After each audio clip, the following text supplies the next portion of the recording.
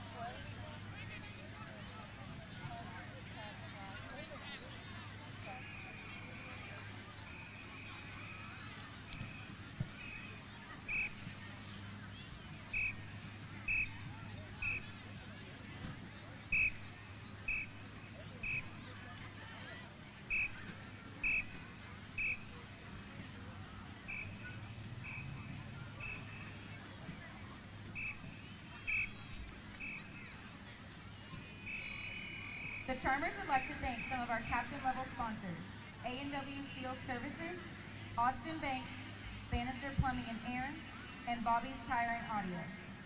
Tonight, the Charmers will be performing a box routine to Dance Again, choreographed by Sarah Nash.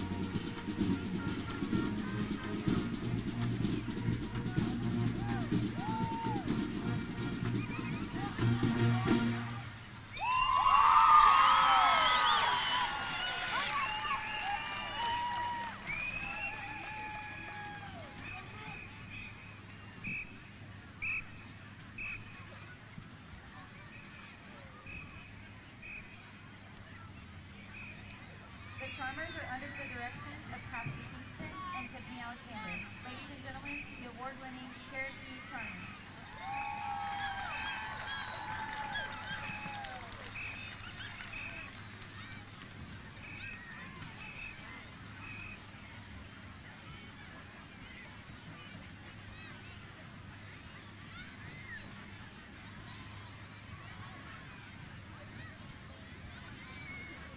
And now, introducing the Jacksonville Indian Majorettes, directed by Breanne G. At the 5, and then he said no and gave us. Your 2025 to 26 captains are Sophie McNeil and Andrea Tavera.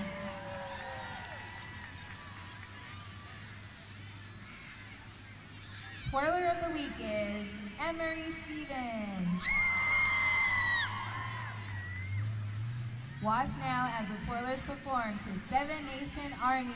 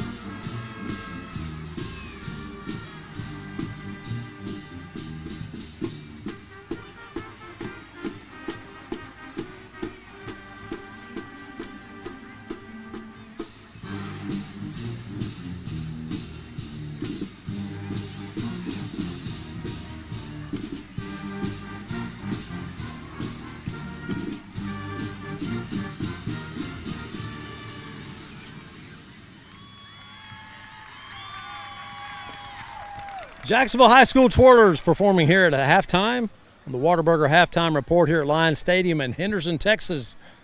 Now the Jacksonville High School Band under the direction of Donnie Berry are getting ready for their halftime performance. Let's listen in as the JHS Band puts it on the line here.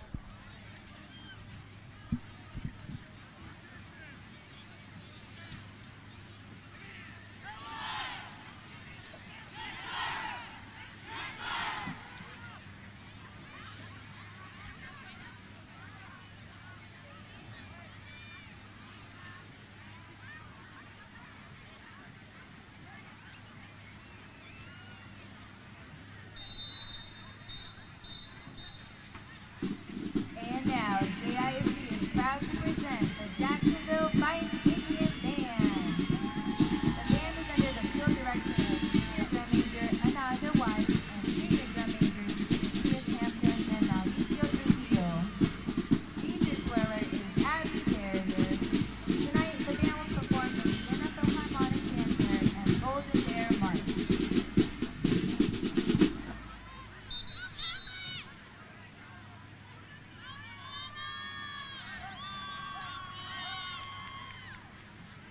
Now, at the center of the field, one of the most decorated military marching bands in the state of Texas.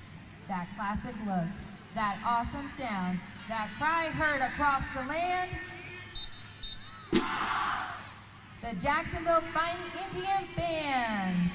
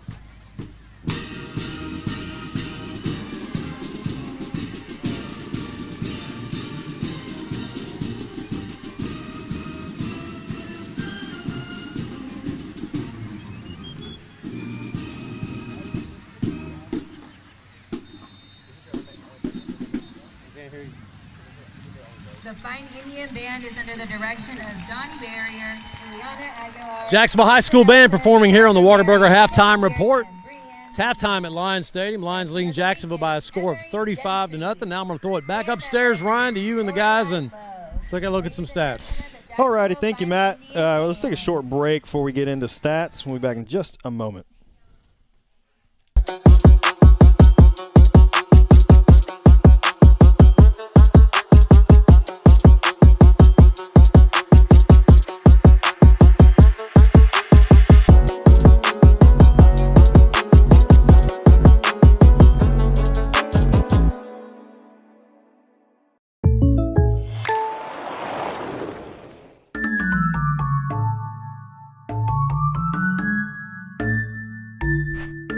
Call State Farm agent Jeremy Harmel for an auto quote today. Tonight's game statistics are sponsored by Randy Gorham, CPA. Randy Gorham, CPA, the source for your accounting and income tax needs since 1984. Welcome back to the Whataburger Halftime Report. You make the order, and Whataburger makes it fresh.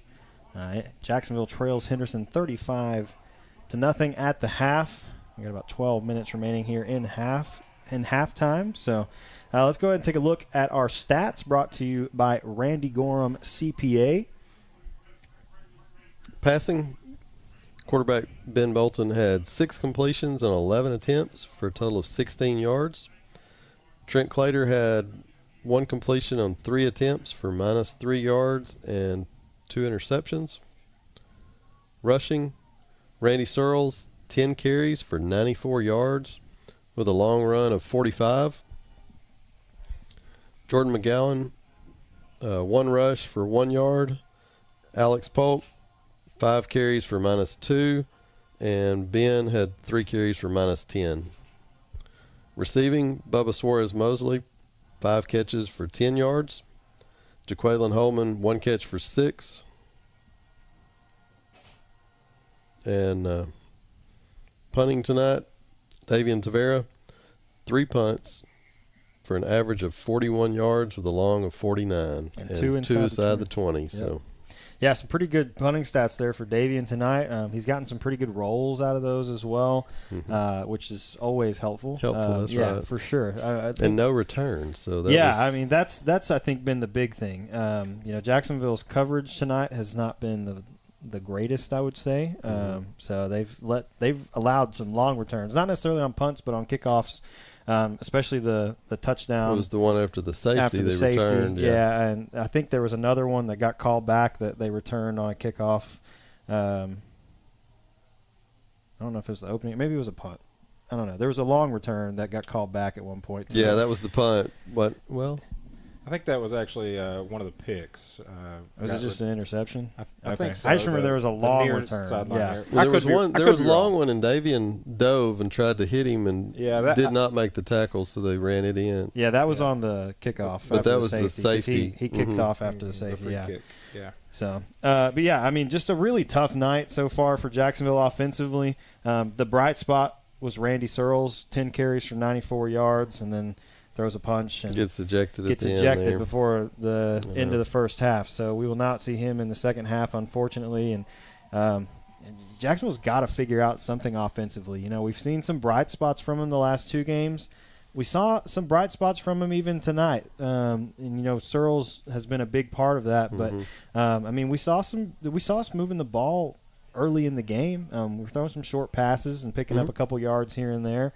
And, I mean, that's what you're going to have to do against this Henderson team. You're just going to have to chip away at them. But those passes have got to be so quick as well. The quarterbacks, I mean, neither one of them, Ben, Trent, whoever's in the game, it doesn't seem to make that much of a difference. The offensive line is just letting those guys through. And, that they've got to be able to step up as well and give the quarterback some time. They've got to be able to block for the running backs. Alex Polk has negative 2 yards, and he's had 5 carries. I mean, we haven't run the ball a whole lot. I mean, it's hard to have a whole bunch of plays when you go 3 and out over and over again tonight. But they've got to find some kind of a rhythm offensively, because you can't leave the defense on the field as much as we have tonight. Right. Yeah, I think the big difference in the game as compared to the first 2 weeks so far is just the team speed that Henderson has on defense is just definitely a different gear than center or Brownsboro. And so we talked in pregame about how Jaquelin Holman and Alex Polk, 2 younger guys have been a huge part of this team. Yeah, some super sophomores. Yeah, exactly. Leading the team in receiving and leading the team in rushing. And both of those guys in both of the first 2 games had multiple explosive plays. Big catches down the field for Jaquelin and big runs for Alex Polk, and those just haven't been there tonight against this Henderson defense so far. And maybe they'll, find those here and there in the second half, and definitely that's what you have to want if you're one of the Jacksonville coaches, is to see this team fight back and to see your offense settle in. See your offensive line make some of those blocks that you mentioned, to give Ben some time, to give Trent some time to hit some of those big plays down the field that we saw in week 1 and week 2, and we were haven't hoping seen tonight to have a good drive to end the half there, and we did. Randy had a good run, and we were moving the ball. And I really think that injury that we had, that Henderson had on that play, really kind of killed the momentum. It because, did. Yeah, it did. Searles had made such a big, long run, and I think we were probably trying to get up there and move quickly, get up there, snap the ball, hand it off to him again, and let him see what he can pick up. And there was a long delay, and it kind of just killed the flow of that drive. And when it comes down to it, that's just what happens in football. There are injuries; it's just part of the game. But it really killed the momentum in that drive. And there's been a few of those tonight. That safety was the safety was a huge massive killer. Yeah, we haven't really talked about it yet, but we need to point out that after the first quarter, it was 7-0, and there were big plays in that first quarter. A lot of them kind of wild, but it was a 1-score game after one quarter, and then you look up and it's 35-0 after that second quarter. So it seems like after that safety, the safety was a turning point that there. was an 8-point swing back to back because you get and the it safety didn't look and like then they the were going to return. call it. It took them Yes, so yeah, long just to make that and decision. you could just and feel the wind he come out of the didn't- sails at that moment. he you did know? not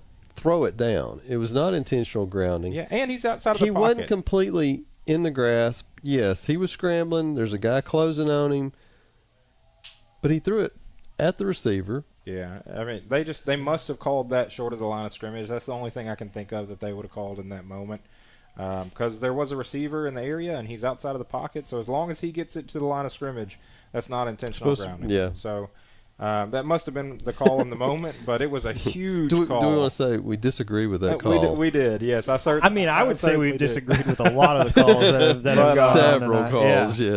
But yeah, that's also. But gonna that be was a very story. critical call It at that was. point. Oh, it was huge. it was I mean, crucial. I mean, the biggest- the defense had played well. The offense, was kind of struggling, but you kept it close. Like we and were still in the game. 7-0 at that Yeah. point. You're So if still you in the don't have game. that play, the ball moves back to Well, about even- the 10. But even if you and maybe we punt. Yeah, but you punt it and hope that the defense can hold them again. I mean, they've made some big plays. And, I mean, really that first quarter, if it wasn't for that first, gigantic Henderson play where he Yeah. throws it Oh, it was downfield even and the other guy's than that. wide open, I mean, it very easily could have wide been 0-0. open's almost an understatement. Yeah, I isn't it? mean, Yeah, for sure. Yeah, Oh, my he was gosh. about as wide open as a penguin on Antarctica or something. I mean, just nobody around. Yeah, there was definitely nobody in the same zip code. No, But outside of that play, that first quarter, it was really even first quarter. So we need Yeah. to Well, and get you back know, to if you're that the- kind of play. If you're a defensive back, I know you got to stay with your receiver, but what we're looking at from this bird's eye view, Oh, sure, there was a yeah. lot of motion. Yeah. He faked the handoff. He even had a reverse. He faked that, and then he throws. If you're back there looking, you see all that. Oh, they're Yeah. running a reverse, so Sure. I got to come support. Yeah. And we've got Oh, yeah. underclassmen It's hard to back stay. there. They're Yeah. learning, and you just hope that that's a big play that sticks in their mind. So like the next time you don't make that mistake, and that's hard as a fan and as someone up here that just you want success for all the coaches and the players who we know work so hard, but that is part of the process with a young team. They have to see mistakes are part of that process, to see something and then the next time it happens, to expect it, and you're not going to make the same mistake. Yeah, and it was one receiver, so really 1-2 guys should have stayed with him, but sure the others should have come up for support if it was handed off, and we just wound up with everybody coming. So yeah, so you definitely want to see the team come out and not give up and fight back and come out with effort and energy, and we also want to see we want to see the officials, call the game maybe a little bit tighter, get control of the game in the second half, because that first half ended in a way that, we've still got a half of football to play, and you want it to stay under control and have both teams get out of here respectfully. Looking at several plays before that, Searles is trying to run the ball, and he gets hit, but they push him 20, 25 sure. yards Yeah, I mean, instead of there were multiple officials times, shutting it down. multiple times before that final, kind of dust up that, in retrospect, maybe they should have called a little bit closer, because maybe that doesn't happen at the end of the first half. And I'm sure they see that at halftime, and maybe they'll come out and call it a little differently, and hopefully we can just kind of have both teams kind of settle in and come out and play a clean half of football here in the second half. Because we did have a lot of penalties there in the first half. both Both teams, teams, there but was, a for lot sure. of penalties. Both teams. I mean, that first half, it's 9:24 and we're at halftime. A lot of times, we're in the middle of the third quarter, almost at the end of it by for now. sure. That's true. And it was moving along there in that first quarter. So that second quarter definitely it was really kind of. It took a while. What about stats for Henderson? Passing, they used the 2 quarterbacks, Vince Howard, 3 completions on 5 attempts for 140 yards, 1 touchdown and 1 interception. And Blake Meeks, 4 completions on 6 attempts for 55 yards. Rushing, Justin Starling, 10 carries for 54 yards and 3 touchdowns. Vince Howard, 1 rush for 35 yards. Jaden Bishop, 3 carries for 32. Yeah, that rush that Vince Howard had, too, was a huge play. Huge play. I think it was third down at that point. Like, we had I think, stopped him, and they fake the handoff, and he runs around the opposite side. And no one on the Jacksonville defense over there close. Castle has to run him down and push him out of bounds. And if it wasn't for it wasn't for Castle, they score. That's touchdown. Yeah. Receiving, Mason Jones, 2 catches for 115 yards and 1 touchdown. 2 catches? He's only caught the ball twice. Seems like more than that. Yeah, it seems like he's been a lot more involved. And Justin Starling, 2 catches for 47. Lamarion Coleman, 2 catches for 21. And Aiden Perry, 1 catch for 12. Yeah, lots of yards for Henderson in the first half for sure. I mean, they've moved the ball well. They've had a lot of really explosive plays. You know, I talk about it a lot, but that was one thing that our coaches were tracking in college was a number of explosive plays, and you wanted to have more explosive plays than the other team. And, you know, Henderson has had quite a few of those tonight. So a lot of times the explosive plays, not only do they, you know, cut a huge chunk of yardage out, but they give you so much momentum. They get everyone on the sideline excited. They get the crowd excited. And it can literally change the dynamic of not only a drive but of an entire game based on those explosive plays. And, you know, Jacksonville's got to be able to create some of those themselves in the second half.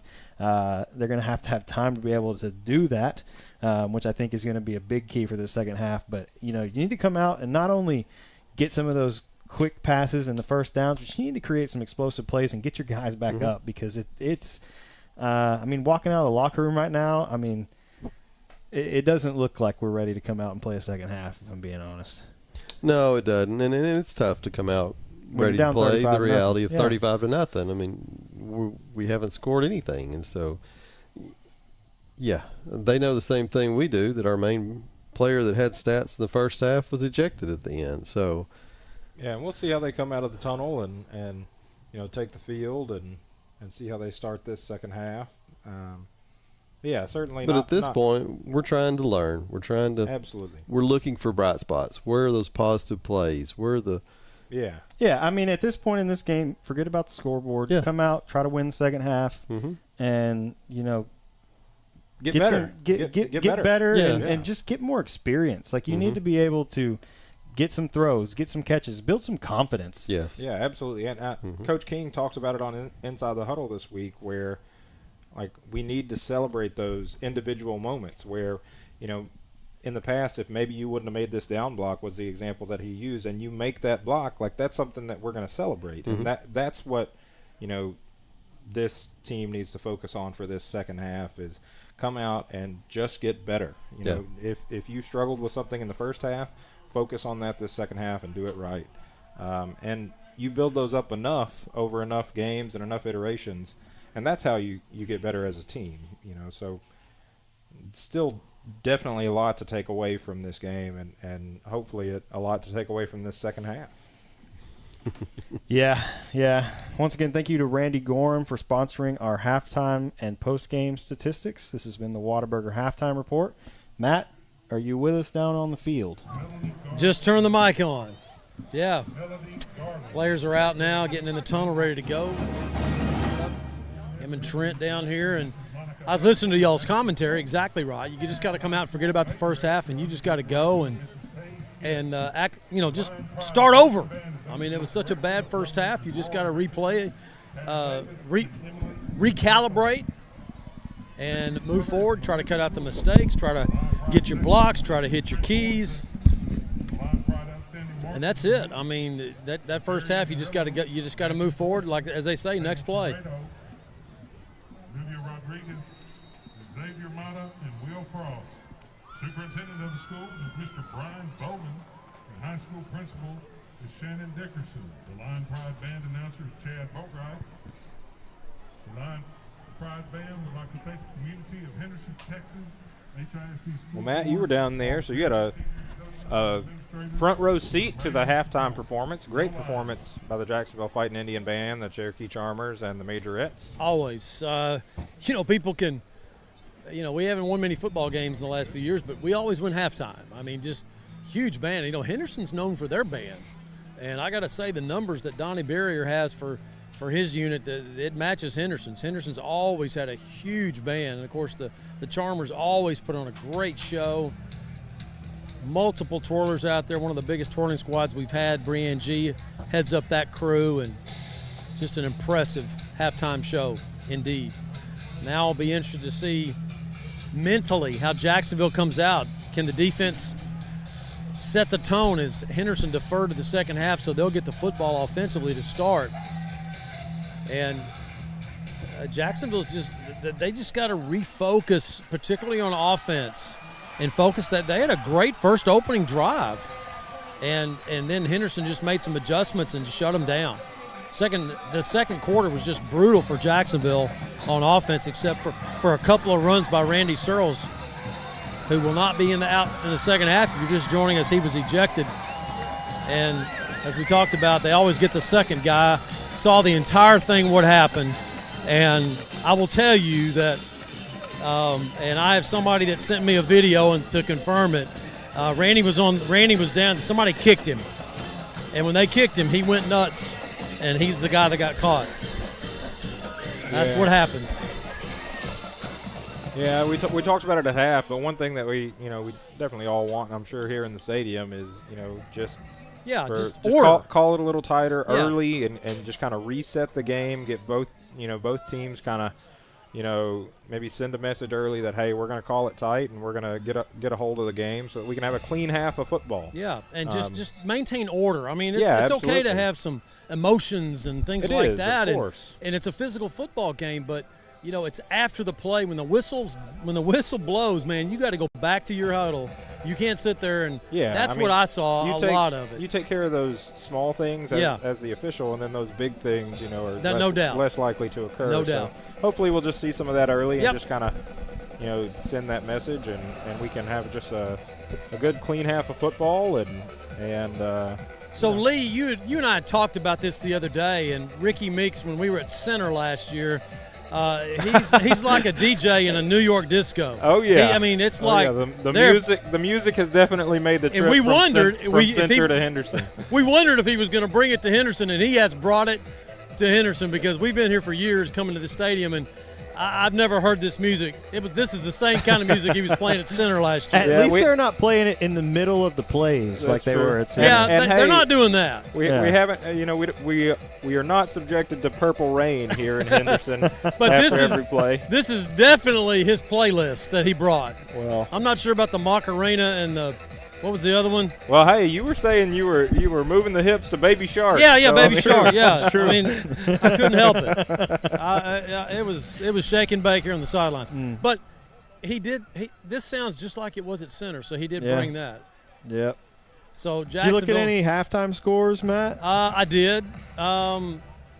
I can't remember Van all and of them. Lindale are 28-28. Marshall, Tyler Legacy. Marshall's up 28-26 in the third quarter. Texas High was getting spanked by Mansfield Legacy by like 42-17 at the half. White House Chapel Hills 21-21 in the second quarter. Oh, White House came back. Okay. So that's interesting. Last week, Chapel Hill was down 20-7 to Gilmer at the half and came back and roared past Gilmer. You want to hear a crazy halftime score? Yeah. Longview South Oak Cliff 10-10. Boy, those are two good football programs. Wow. Kilgore's up on Gilmer 24-0.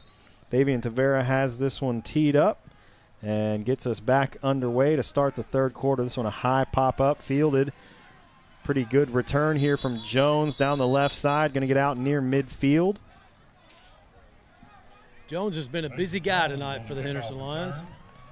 Well, you say that, but we talked about how he only had two catches for 115 yards. Yeah.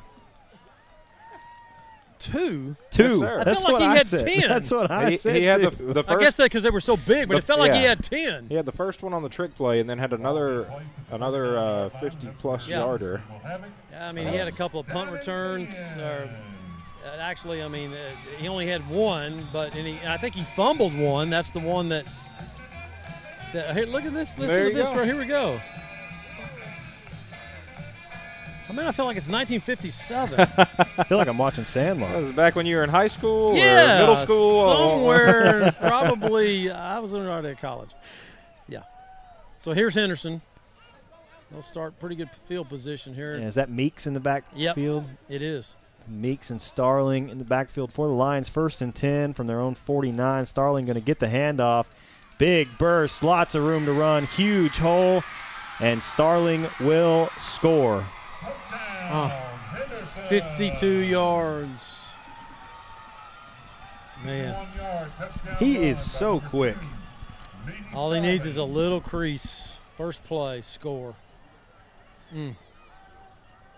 Yeah, that type of speed, you're right, Matt. It's so punishing. One window and a player with that kind of speed can just really make you pay instantly. And he's 5'6". I mean, he is. Look at him running off the field. He's 5'6", but he's probably about 175. Really thick legs, and when he comes through there, sometimes he gets behind those linemen. You can't see him. Yeah, he's 5'6" and 4'4" is what it looks like to me. Yep. There's a block. Extra point Run it blocked. back. And lots of room here. Jordan McGowan across midfield to the 40, the 30, trying to get in for the return, and Got he the deuce. will. What a block and return from Jacksonville's special team unit. I'm not sure Henderson's going to show this replay, but I'm going to look and see if I can spot who got the block for Jacksonville to give Fighting Indians 2 points on the return. I'm certain they won't show that. Yeah, it's not their I highlight. doubt it. Yeah. Yeah. But that makes this 41-2 after the extra point block and run back by Jordan McGowan. 11:33 on the clock, and a good start, or good answer, I guess, for Jacksonville. Yeah, it just shows you, you're still playing. Yeah. We're still here. First play they score, and you say, hey, that's all right. Get in there and make the block, and you go 85 yards. Looked like he picked it up at the 15 and took it to the house. So the Fighting Indians get the goose egg off the board.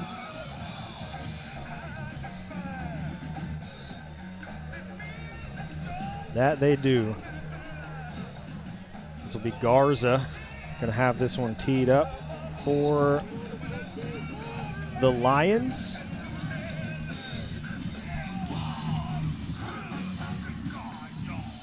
I will say, he does have a good playlist. That's not bad right there. It's a pretty good playlist. That's taking me back to my days there, buddy. Wow. So Henderson has it teed up. McGowan will catch a break right here. And actually, he didn't. He's out there ready to go, and he's breathing heavy. Garza going to pop this one up. It's going to be fair caught. Haddon Hicks once again. This one fair caught at the Henderson or the Jacksonville 32-yard line. So let's see what kind of adjustments that Bryant King, Jacksonville's offensive coordinator, made at the half. I went over there and saw the players in their different position squads, if you will, talking it out, figuring it out. So Jalen Franklin has checked into the game for the first time for Jacksonville. This is the first time we've seen Jalen, the senior, 6'4", 180, since the center game in the first quarter when he was injured.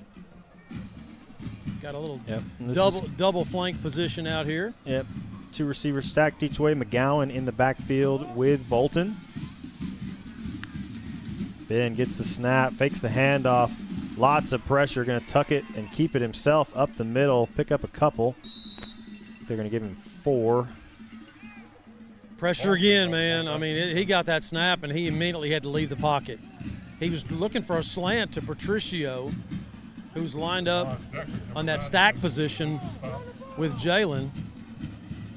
And Ben just had to take off. He had no time to get his feet set at all.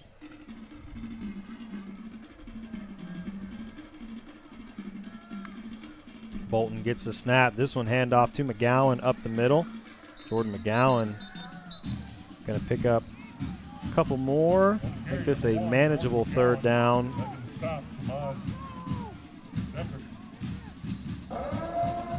Once again, if you're just joining us, our scoreboard graphic will cut in and out as the video board here at Lions Stadium. It also serves as their scoreboard, and that's where we're getting our scoreboard data. It is currently 41-2 with 9:43 remaining here in the 3rd. Trips left, 1 right. Bolton going Going to hand this one off. McGowan this time around the right side. Has some room to run. Going to pick up the EAG Ford first down and get out near midfield. Nice bounce out by McGowan as he was going to go in that C gap, and it was all closed up. So he bounces it to the outside, uses his speed. And, you know, McGowan coming into the season, he wasn't really expected to be a guy in the backfield. They wanted him out in that slot to get him in space. But, boy, he certainly has had some nice carries so far in this 2025 season from the running back position. He gets the EAG Ford first down. Bolton. Oh, wow. Going to hand this one off to McGowan again. Kind of slipped a little bit. Had several guys coming at him. I mean, just standing the Jacksonville offensive line up as the Henderson front line, and just no push at all. And McGowan got the handoff from Ben Bolton, and he literally had 2 blue jerseys on him right when he got the ball. Same formation for the Indians. McGowan going to stay in the backfield alongside Bolton. Second down and 13. Ben going to flip this one out quickly. As far as Mosley, very nice, able to get past one guy, pick up about 6. And Ben put that ball exactly where he needed to. Not only did he get rid of it in a hurry, but he led Suarez Mosley so he could get a step. And then there was a nice block out there by Jalen and also Patricio.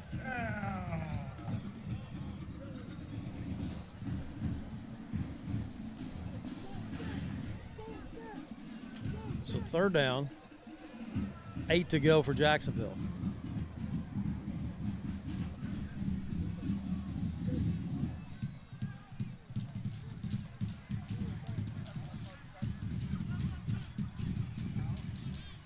Two receiver stack each way. Bolton, quick pass. Patricio. Good pickup for Jaime Patricio. And that will be good for an EAG Ford first down. There's a slant route right there. I like that play. Well, Matt. the corners have had outside leverage all night long. And I've been wondering when Jacksonville, I got a couple of texts from people saying, where's the slant? It's open. There it was. First down, Jacksonville. So Jacksonville, a couple EAG Ford first downs on this drive. McGowan trying to run around the left side. Not much there. It's going to be met at the line of scrimmage. No gain on the play.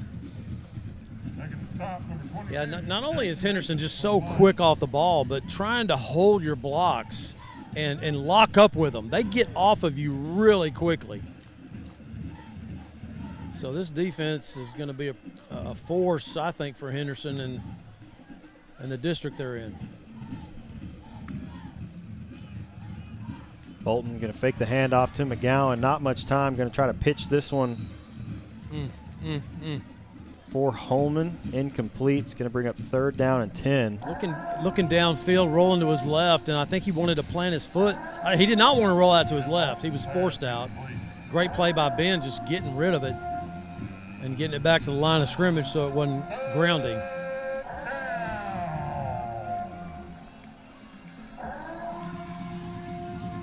Is that some kind of Viking call they got going up this year? Yeah, it's some kind of like weather alert sound, I think, isn't it? Isn't it from the Purge? Yeah, I thought it was like a Viking call. Somebody got blown into a horn. But, yeah, you're right. Third down for Jacksonville. Bolton gets the snap, looking to his left, going to fire for Jaquaylin Holman. This one incomplete off the hands of Holman. That's going to bring up fourth down and 10. Yeah, just a slow developing out route right there. You want to go out and find out where the first down marker is, throw it right there, and Parker jumped the route a little bit, got his hand on it, incomplete. So fourth down for Jacksonville as Hicks will check in for the Fighting Indians on offense. It's McGowan in the backfield. You got Jalen, the 6'4" receiver, seeing his first action and since the game one, isolated out here one-on-one. How's the fade looking here, huh? No, they got him in motion. Freeman goes in motion. Bolton trying to find some room to throw. Oh, no. keeps it himself, and Jacksonville will turn it over on 4th down. I mean, Ben's just trying to protect the football, but Jaquelin's out there. He's covered, but I would just throw that. It's 4th down. You know you're going to get tackled. Throw it up there and just see if your receiver can make a play. Get rid of it.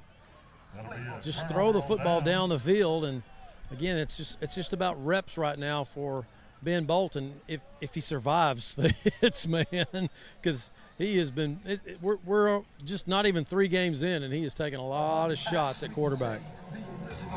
Yes, he has. He is taking a beating, I would say, in these first 3 games. Some of which is him keeping it himself instead of throwing it. Yeah. But still, he's taking lots of hits. And I'm not even sure he could have had time to get his arm up and get something down the field to Jaquelin. Oh, I don't know that he could have on that play. It was like 40 yards down the field. He was just trying to protect the ball. Yeah. So this will be Meeks now in at quarterback for the Lions. Going to fake the handoff. Tosses this one down the left side. Good coverage by Sally. Stayed right with the receiver and just a straight go route trying to get a Mary Davis, the junior for Henderson, and Meeks' throw pretty much on the mark, but you got to give Sally credit for Jacksonville breaking it up.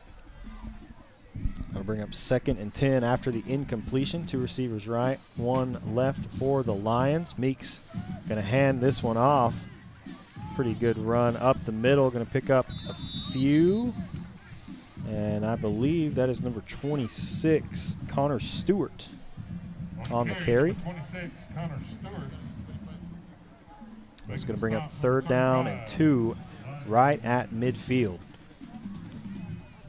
Meeks going to fake the handoff, fires to the near sideline. This one incomplete through the hands of Colby Taylor.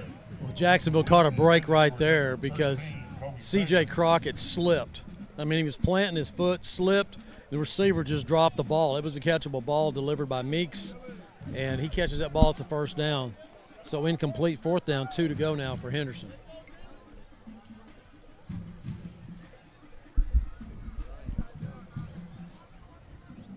Fourth and 2, Henderson going to keep the offense on the field. Movement. Meeks. They did not call